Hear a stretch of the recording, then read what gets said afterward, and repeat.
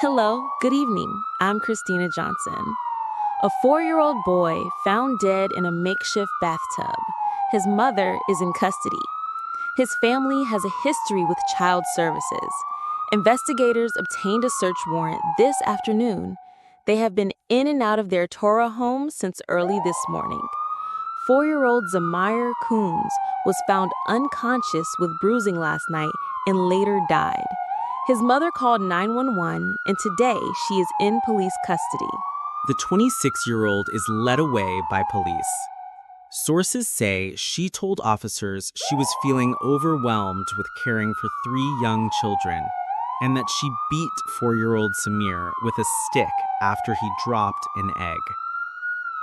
Her boyfriend, Jamari Richmond, son seen here taking his 2 children out of the house today, allegedly came back to the couple's basement apartment last night and found Zamair submerged in a plastic tub. Richardson is not the boy's father. His biological father is in jail. He told police they tried to perform CPR and called 911. The child's uncle is in disbelief. He said, "If I had witnessed anything, I would have called the cops. I'm not apathetic about any young child being abused by anyone. So if I would have noticed, if I had a clue of anything that was ever going on, we would be there. No matter who it is, if this child was harmed, then that individual should be prosecuted to the fullest extent of the law, family member or not." This afternoon, investigators were seen in and out of the home at the corner of Riverdale and Amboy Street. Zara Coombs faces several charges, including murder and possession of a weapon. Neighbors just can't believe it. I'm heartbroken. I'm not going to cry. I'm heartbroken. It's sad. It's sad. I'll remember my nephew running, playing with Spider-Man, watching TV, giving his mother hugs, just being around family. On January 25, 2017, 4-year-old Zamair Coombs' life was violently taken in a way that no child should ever experience. Zara Coombs, the woman who was supposed to protect him, a mother who should have been his safe haven, let her rage overpower the love she was meant to give. In a fit of anger over something as small as a dropped egg, Zara struck her innocent child repeatedly with a broomstick, taking away his life in a brutal, unforgiving act. What was supposed to be a loving home became a place of terror. The question remains, how could a mother who was entrusted with his care do something so unimaginable? This wasn't just an accident. This was cold, calculated violence that shocked everyone, from the neighbors to the police, and left a community reeling. Zamair, a bright, playful 4-year-old, had his whole future ahead of him. But in one horrific moment, all of that was taken away. Stay with us as we uncover the chilling details behind Zamair's tragic death. Before I begin, let me ask you, where are you watching from? Drop your city in the comment below. I will like to know how far Zamair's story is going. Zamair Coombs was just 4 years old, a little boy brimming with energy, curiosity, and joy. He was the kind of child who would laugh without a care in the world, his bright smile lighting up any room he entered. Zamair was full of dreams, the kind that every parent hopes to see in their child. His life was just beginning, and the world was full of possibilities for him. He loved to play, whether it was with his favorite toys, running around with his friends, or simply enjoying the small moments that all children treasure. But Zamair's life was taken before he could truly experience the wonders of childhood. Behind his innocent face and his bright eyes lay the love and care of a father who worked tirelessly to give his son everything he could. Gustavo Coombs, Zamair's father, was a hard-working man who struggled to make ends meet, but there was nothing more important to him than his son. Gustavo had dreams of a better life for Zamair, a future full of opportunities, joy, and love. He was committed to ensuring his son had every chance to succeed, to grow up in a safe, loving environment, and to have the kind of future that he, as a father, could be proud of. Gustavo did everything in his power to make sure Zamair had the best possible upbringing. From the moment Zamair was born, Gustavo dedicated himself to being a great father, no matter the challenges he faced. He worked long hours, took on jobs that others might have turned away from, and made sure that Zamair had what he needed: love, support, and stability. Zamair was enrolled in preschool, where teachers quickly noticed his bright personality, his eagerness to learn, and his kindness towards others. He was a happy child, a child who should have been playing, laughing, and building memories that would last a lifetime. But Zamair's future was stolen from him. Instead of growing up in a world full of possibilities, he was thrust into a home filled with darkness.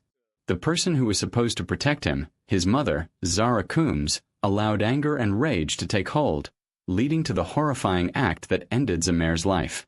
The person entrusted with his care, the woman who gave birth to him, the one who should have been his protector, turned out to be his greatest threat. Zamair's life was brutally cut short by the hands of his own mother, a woman who had the responsibility of loving him, nurturing him, and keeping him safe from harm. Instead, she was the one who caused the harm, who took away his future with a single violent act. This is the tragedy of Zamair Coombs, a little boy whose life was taken too soon, whose potential was never realized. He was a victim of violence, but also a victim of the system that failed to protect him. His father, Gustavo, lost his son, but the pain doesn't stop there. Gustavo not only lost a child, but also had to come to terms with the fact that the person who should have been his son's greatest protector was the one who took him away from this world. This wasn't just a tragedy for Zamair's family. It's a tragedy that reminds us all of how easily children can slip through the cracks of a system that is supposed to keep them safe. Before we continue with this heartbreaking story, I want to take a moment to thank every single one of you who supports this channel. Your likes, shares, and comments help us grow and bring important stories like Zamair's to the forefront. It's because of you that we can keep producing these stories, even when they are difficult to tell. If you believe this story matters, hit that like button to show your support. Make sure to subscribe so you never miss an update, and share this video with someone who needs to hear Zamair's story. Don't forget to turn on the notification bell, so you'll be the first to know when we release more eye-opening content like this. Zara Coombs was just 28 years old when the tragedy unfolded. A young woman, a mother of 3 children, including Zamair. On the surface, Zara appeared to be like many other mothers, responsible for her children, managing a household, and even working at a daycare facility. She had the kind of job that showed her nurturing side, one that involved looking after children, teaching them, and making sure they were safe and well cared for. But behind the scenes, there was a growing instability within her own life, and for some reason, those who should have intervened failed to recognize the danger until it was too late. Zara's relationship with her partner, Gustavo Coombs, was far from perfect. They had a complicated past, filled with tension, emotional strain, and unresolved issues. They had different backgrounds, with Gustavo being a hard-working father who was committed to providing for his son, and Zara struggling with emotional instability and unresolved feelings that weighed her down. The love between them was overshadowed by this constant friction, and despite their best efforts, they were never truly able to create a stable environment for their children. Gustavo, despite his best intentions, was fighting an uphill battle with Zara, and in the end, that battle would cost them dearly. As time went on, Zara's emotional struggles became more apparent. There were signs that she was struggling to cope with the responsibilities of motherhood, with reports of emotional outbursts, neglect, and erratic behavior. Her relationship with Zamair seemed to be marked by moments of emotional disconnect and instability. She had been granted custody of her children, but it was clear to some that she was not the kind of mother who could provide the nurturing, safe environment that Zamair and her other children needed. Though there were moments when Zara appeared to care for her children, other moments pointed to something darker. Her emotional outbursts were becoming more frequent, and her relationship with Zamair began to show the signs of neglect. Zamair, like many children, was in need of attention, love, and stability. But the environment he found himself in was anything but stable. It became evident that something was wrong. Zara's behavior was spiraling, but no one seemed to act. No one seemed to realize the depth of the problem until it was too late. Zara's erratic behavior wasn't just confined to the private moments in her home. It was visible to those around her. Her coworkers, her friends, and even those who knew her intimately saw her emotional instability. At the daycare where she worked, colleagues began noticing shifts in her behavior. They saw how she sometimes had trouble controlling her anger and frustration, even in the face of children who were looking to her for guidance and care. Zamair and his siblings were being exposed to the harsh realities of their mother's mental health struggles, and as time passed, the cracks in her ability to protect and nurture her children deepened. And still, no one stepped in to help. The system failed Zamair long before that fateful day. There were warnings, yes. People noticed the signs, but no one seemed to take the steps necessary to intervene. Zara's instability became the silent monster that slowly destroyed the safety net that should have been there for Zamair and his siblings. When the tragedy finally struck, it was too late to undo the damage that had been done. The true horror of Zamair's fate wasn't just that he was taken from the world too soon. It was that, in hindsight, there were so many signs, so many red flags, that had they been addressed, he could still be here today. Do you think Zara showed signs of being an unfit mother before the tragic incident? What do you think could have been done to intervene earlier? Let me know your thoughts in the comments. I read and respond to every single one. And tell me, where are you watching from? I'm always curious to hear from viewers across the world. By the time Zamair turned 4, the cracks in his mother Zara's ability to care for him were becoming impossible to ignore. The warnings were coming from every direction. Neighbors, teachers, and even Gustavo, Zamair's father, had raised concerns about Zara's instability and emotional volatility. But despite all these red flags, Zara was granted unsupervised custody of Zamair, and her visitation rights continued to expand. It was a decision that would have devastating consequences. The system was failing Zamair at every turn.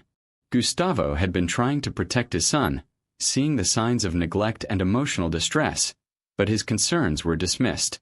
His fears for Zamair's safety were met with indifference. Zara had a history of erratic behavior, including violent outbursts that sometimes involved Zamair. But instead of acknowledging these serious issues, the system gave her more access to her son. Zamair's life, once filled with love and potential, was now teetering on the edge of something much darker. As Zara's custody rights were expanded, the tension grew. Teachers at Zamair's preschool had noticed his increasing withdrawal, his reluctance to engage with others, and the signs of neglect that were all too visible. But they were powerless to intervene. Their warnings about Zara were ignored, and authorities, unable or unwilling to act in time, allowed Zara to maintain control over Zamair's life. His father, Gustavo, watched in anguish as the system failed him again and again. Zamair had been in danger for months, and yet no one seemed willing to step in to stop it. Meanwhile, Zara continued to show signs of emotional instability that should have immediately raised alarms. Her violent outbursts became more frequent, and there were reports from people close to her about her erratic behavior, even within her own home. Yet, despite this, she was granted more and more access to Zamair, with no questions asked. This decision was a tragic mistake that led to Zamair's undoing. In the weeks leading up to the tragedy, Zara's behavior had escalated. There were whispers in the community, conversations between concerned family members and friends, but nothing significant was done to address the growing instability. The system's indifference allowed Zara to maintain control over Zamair. He was not only at the mercy of his mother's anger, but now, with her increasing rights, he was alone in a dangerous situation. No one predicted what was coming, and no one intervened to prevent it. Zamair was living in a volatile environment, but there was no one who could pull him out. As a 4-year-old, he didn't have the ability to speak for himself, to explain the fear and pain he must have felt. He was simply trapped in a situation no child should ever have to face. Zara was supposed to be his protector, but instead, she became his abuser. And yet, the legal system allowed her to retain her rights, even as those around her could see the damage being done. The fact that Zara was allowed unsupervised visitation rights with Zamair was a devastating error that no one could have known would lead to such horror. But looking back now, with the benefit of hindsight, it's clear that this was a failure of the system, of the people who should have intervened, and of the structure that was supposed to protect Zamair. The worst part of it all is that Zamair was just a child. A little boy, no different from any other, who deserved a future filled with love, safety, and happiness. But instead, his life was ended far too soon by the very person who should have been his greatest protector. A mother who should have been his safety net became the source of his suffering, and no one acted in time to stop it. Why do you think Zara was given unsupervised custody despite all the warning signs? Was the system at fault, or was there something more that allowed this to happen? Share your thoughts below. I want to hear your opinions. It's always interesting to see how many people from different places are following these cases. As Zamair's life continued under Zara's care, the signs that something was terribly wrong became more and more evident. Zamair was no longer the playful, happy boy he once was. Teachers and neighbors started noticing disturbing changes in him. He was more withdrawn, less active, and showed visible signs of neglect. His clothes were often dirty, his hair unkempt, and there were unexplained bruises that seemed to appear with increasing frequency. The child who once played with joy had turned into someone almost unrecognizable. His teachers, who had known Zamair for some time, were alarmed by the sudden shifts in his behavior. He was no longer eager to participate in school activities. He would sit quietly in the corner, withdrawn, and sometimes even seemed terrified to approach anyone. The child who used to run through the halls with a smile now avoided eye contact and kept his head down. His once vibrant, confident personality was replaced by a shadow of fear. The signs were clear, and his teachers, worried about what might be happening at home, made multiple reports to child welfare services. But those reports, for reasons that would remain unclear, didn't lead to any immediate intervention. At the same time, neighbors in the apartment complex where Zamair and Zara lived reported hearing disturbing sounds coming from their apartment. Loud crashes, things being thrown, and then the unmistakable sound of a child crying. Sometimes the cries were so intense, so desperate, that neighbors debated whether they should intervene. Some were too afraid of getting involved, while others assumed someone else must have already made the call to authorities. The sounds would come late at night, and just as quickly, silence would fall over the apartment again. It was as if the house, for a brief moment, could breathe again before the cycle of violence started anew. But despite these reports, authorities remained slow to act. The welfare checks that should have been made to investigate Zamair's well-being never came soon enough. Authorities were aware of the calls, the complaints, and the multiple signs that Zamair was being neglected and possibly abused. And yet nothing happened. Zara was allowed to retain custody, and Zamair's life, unfortunately, continued on a downward spiral toward tragedy. It wasn't until the worst possible outcome happened that the authorities began to take action. On January 25, 2017, Zamair was found unresponsive in the apartment by Zara's boyfriend. He immediately called 911, but by the time paramedics arrived, it was clear that Zamair was already gone. His injuries were so severe that they could not be ignored. He had been brutally beaten, and his tiny body was covered with signs of blunt force trauma. It was only after Zamair's death that the investigation finally began in earnest. Medical examiners confirmed what many had feared: the child had been subjected to prolonged abuse. His body showed signs of multiple injuries, including to his head, torso, and limbs. But by this point it was already too late. Zamair had already lost his life, and no one had been there to stop it. The failure of authorities to act sooner in this case is staggering. For months there had been warning signs, disturbing behavior, signs of neglect, and physical abuse, but nothing was done. The investigation came too late, and a child's life was lost because of it. The entire system seemed to fail him. If authorities had acted when the first signs of abuse were reported, would Zamair still be here today? We can't change the past, but the painful truth is that this tragedy could have been prevented if someone had stepped in sooner. Do you think the authorities acted quickly enough when the signs were there? Could Zamair's death have been prevented if the investigation started earlier? I want to know what you think. Drop your comments below and let's talk about it. On January 25, 2017, the unthinkable happened. Zamair was found unresponsive by Zara's boyfriend. The moment he discovered the young boy lying lifeless, He immediately dialed 911. The paramedics arrived at the scene within minutes, but it was already too late. Zamair's body showed no signs of life. His tiny, bruised frame lay there, completely still. The tragedy had already unfolded. When the paramedics assessed Zamair's condition, the severity of his injuries was immediately apparent. His body bore the signs of blunt force trauma, a brutal attack that left him covered in bruises. The extent of the damage was horrifying.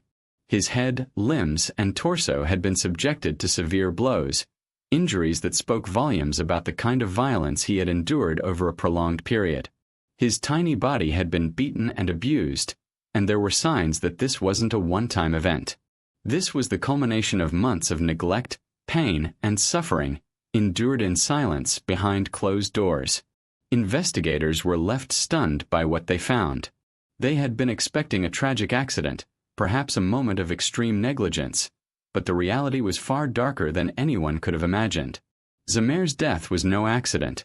It was the result of sustained violence and abuse at the hands of the one person who should have protected him. His mother, Zara Coombs, had inflicted these injuries on her own son. The brutality of the crime shook even the most seasoned investigators to their core. How could a mother do this to her own flesh and blood? How could someone entrusted with the care and safety of a child turn that child into a victim of such horror? When the medical examiner conducted the autopsy, the full extent of the trauma became clear.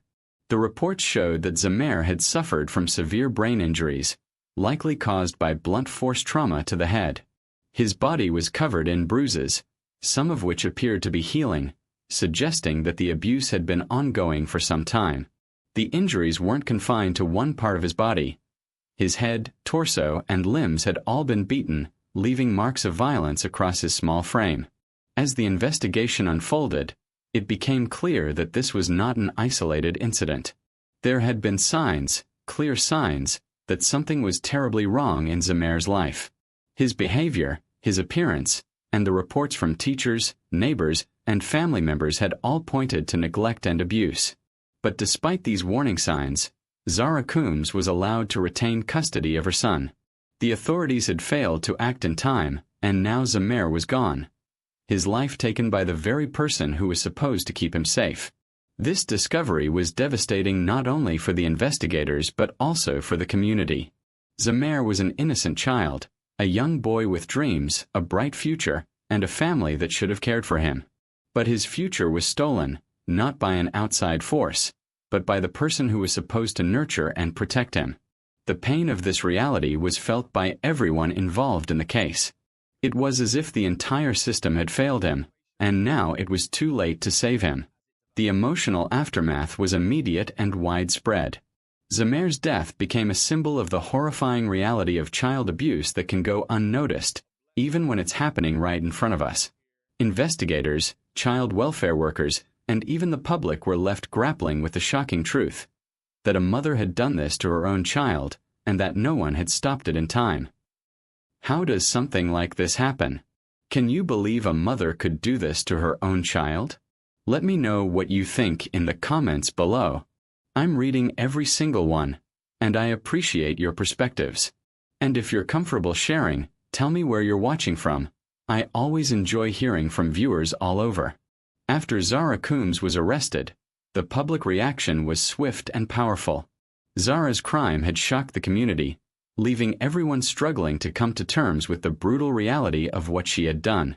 The question on everyone's mind was, how could a mother who was supposed to protect her own child commit such an unspeakable act of violence? In the face of mounting evidence, Zara pled guilty to first-degree manslaughter and endangering the welfare of a child. The charges were significant, but many felt that they didn't fully reflect the gravity of the crime. How could a sentence for manslaughter truly fit the brutality of taking a life with a broomstick? Zara had beaten her 4-year-old son Zamair to death. This wasn't just a moment of rage that went too far. This was a prolonged act of violence that led to Zamair's death. His injuries were clear proof of the extent of the violence inflicted on him. His body, bruised and battered, showed the signs of months of neglect and abuse, not just a single incident. On May 2, 2018, Zara Coombs was sentenced to 17 years in prison for first-degree manslaughter and 5 years of post-release supervision. The sentencing came after months of legal proceedings and public outrage. But for many people, especially those who had followed the case closely, this sentence was too light. Zara's actions were horrific. She had caused the death of an innocent child, her own son, in a cruel and brutal manner. How could 17 years in prison be enough for a crime like this? The outrage was felt by Zamair's family, the community, and even child welfare advocates who questioned whether the justice system was doing enough to protect vulnerable children. The case didn't just raise questions about Zara's actions, it also highlighted significant issues with the child welfare system. Despite the early signs of abuse, the warning signals from neighbors, teachers, and even family members, the authorities had failed to act in time to protect Zamair. Zara had been granted unsupervised custody and visitation rights, despite her emotional instability and violent behavior. How could this happen? Why did the system fail to intervene before Zamair was harmed? The case underscored the frightening truth that sometimes, the very institutions meant to protect children are the ones that let them down. Authorities were slow to respond, and even when they did begin to investigate, they did so after Zamair had already lost his life. This delay in taking action brought to light some of the most alarming gaps in the child welfare system. Zara Coombs had been allowed to continue unsupervised visitation with Zamair despite troubling reports of neglect and violence. The system had failed to recognize the warning signs in time. Zamair's death wasn't just a result of his mother's rage, it was also a consequence of the lack of proper intervention by the very system meant to keep him safe. For many people, Zara's sentence wasn't just about the crime, it was also about the larger failure of the system. The justice system, although it acted in convicting Zara, wasn't enough to bring back Zamair. The tragedy exposed the cracks in child protection laws and the responsibility of those in charge of ensuring a child's safety. What could have been done differently to prevent Zamair's death? Could earlier intervention have saved him? These were questions that would continue to haunt anyone who followed the case. Zara Coombs' sentence of 17 years raised many questions about justice and fairness.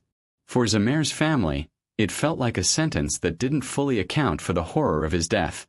The brutality of the crime demanded a harsher punishment, yet, because of the charges filed against her, Zara was only going to serve a portion of that time. The case, however, did serve one crucial purpose. It shined a light on the significant issues with the child welfare system and how urgent reforms were needed to prevent such horrific tragedies in the future. Do you think Zara's sentence was enough for the crime she committed?